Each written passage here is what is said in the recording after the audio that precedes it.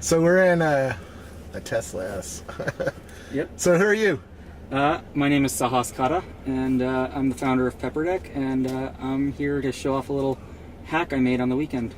Yay! And you're wearing Google Glass. Yes, I am. So the hack is you built the Tesla app, right? Correct. It's called Glass Tesla, and got up on the screen right here. And it's an app for Google Glass that lets you control your Tesla Model S. Cool. And we're here with Rocky. What's up, Rocky? And who are you? I'm Sanket. I'm Sauce's brother. Yeah. I'm out right here. We're going for a ride in Half Moon Bay because it's a stunning, beautiful day here. So you got to tell me where to go. I'm not too familiar with the area. Let's go back out the gate. Sure. Yeah. Just don't hit my car. Loser BMW car. Don't want to lose that. Go the other way. Other way. There you go. Yep. Yep. And yeah, this is cool. Reach your destination. Your So what kind- destination 25 Pinehurst Lane is on the left. Yeah, now everybody You have knows where I reached live. your destination. That's peppered everywhere on the net. Not that you couldn't figure it out anyways. And we got 2 GoPro cameras up on the hood, so we'll see if we can get those shook off,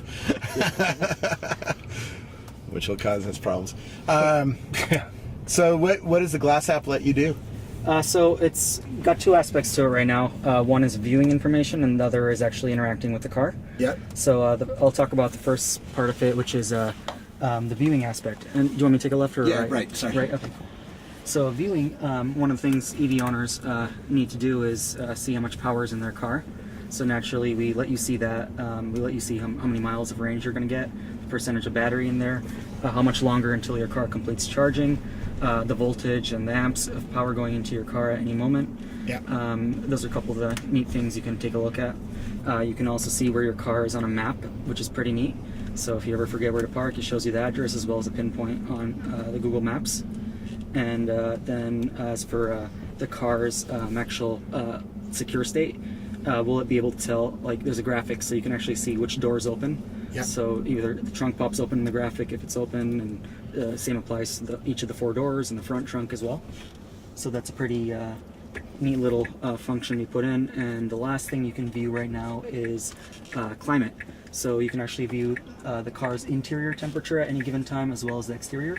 Is there any way to control that? Yep, absolutely. So all these parts that I just mentioned in terms of viewable information are all fully controllable. So it's a little warm in the back. Could you turn it up? So right now, that's one of the restrictions that Tesla does. Even if I were to send a command to this car while I'm driving, it's not going to let me. There's only a couple things like the sunroof that would work.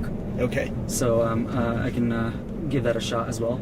Cool. Actually, I'm not sure if I'm connected, so I can take a look real quick. Okay, so yeah, it looks like I'm connected, so I can give that a shot. So I can try the sunroof, for instance. See, right, sunroof. Okay, just press it. Yep. And we'll pull over in a little while. Yeah. Actually, let's take a little drive and then sunroof pull just over. up. Yeah, that's cool. Yeah. And let's pull over, and then you'll be able to demo it absolutely. a little bit better for me. But it's cool. Thanks. Close that sunroof. All right, now we're finally connected. Yeah. Back in Half Moon Bay. So what you're looking at over there is the lock screen, or the start screen of the app. Yeah. And you can tap into it, and you get to your first card. And over here, you can actually see how much mileage you have on your battery at the moment. And you'll also be able to see how much longer it will take to finish charging if you're plugged in, or how much voltage and speed that your car is charging at. Yep. And if you swipe over, you'll be able to, and I'm doing this all on my glass, and this is just reflecting it on the mirror on my phone. Yep. So as you can see, we're on a map right now, and I think that should be pretty accurate. Yeah, it looks like that's exactly where we're parked right now. Yep. On Main Street. Yep. Prisma. So if you forget where you park, you can just look at it right there. And actually going back once on the charge card, when you are plugged in, you'll actually get a command on the screen here that lets you start and stop charging. Yep. And a lot of Tesla owners like having control of that, even if you own a Volt or any other electric vehicle, because charging rates are much cheaper in the night than they are in the peak hours during the day. So you may want to stop charging at noon and then start charging again around, maybe 11 or 12 p.m. Yep. So you can just do that from Google Glass. And you figured all this out just by looking around forums and figuring out what the Tesla... Absolutely. Well, it was just really a couple of resources that were out there, and none of them, I don't think anyone had actually built an app for Tesla. This actually might be the first third-party one, regardless of whether it's for Glass or whatever it might be. I'm not sure if anyone has built an app for a third-party app for Tesla, so that's pretty exciting. Every time I mention I drive with my Google Glass on, people give me crap. What do you think about that? So right now we happen to be in a high-tech car, so I would actually prefer to use all the stuff here. But I generally do. This is not my car. I generally do drive a very old Lexus from about 10-15 years ago. So for that, in the past, even though you're not supposed to, at some point you do end up having to fiddle with your phone just to figure out where you need to go or something of that nature.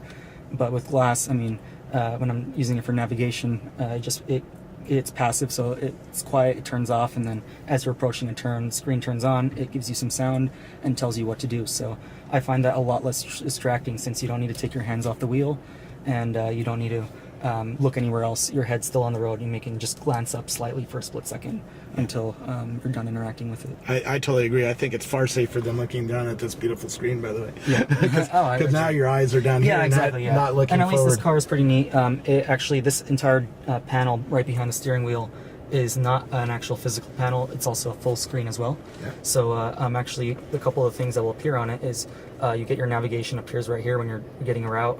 Your electricity, your what music's playing, so you can customize all that right here to reflect what's going on right here. So you don't actually even need to look down here. It's kind of crazy, but that's possible as well. Yeah, it's pretty cool. Yeah. How are you gonna make any money with this app, or are you just so I mean, after I realized, I think in the last I think it's been less than 24 hours, maybe about 15 or something hours since I launched the app. The last I checked before I headed out here, I think there were about a little over 35,000 people that visited the website, and I think there were close to 700 people who signed up with their Google account. Yeah. And but last I checked, I think there were 23 people who have actually successfully linked both a Tesla and a Google Glass.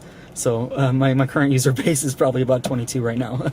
No, that's pretty cool. Pretty cool. I heard Vic Conductra is one of them, right? Oh yeah, absolutely. He's the VP of social at Google, in charge of the whole Google Plus project. So he left a comment, and he seemed pretty excited. So I was pretty excited to see him using it. No, it's cool. You know, there's only 3,000 Glass owners out there. Yeah, is that all they've delivered so far? Yeah, 3,000, 4,000, maybe. And Tesla's at probably about 5,000 or more than 5,000 Model S is delivered so far. So, I mean, in the Valley, I'm sure there's a decent overlap.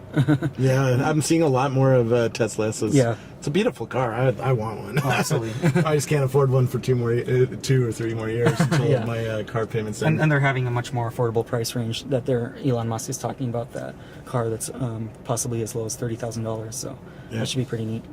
No, very cool. Where do I learn more about your Glass app? Just go to glasstesla.com, and I can actually bring it up right here on the car. So if you choose right there, it should be loading. Yep. So that's actually the website right there, glasstesla.com. And I think the browser may have... Okay, I don't know what's going on right there. Yeah. You can see that. No, that's cool. Yeah.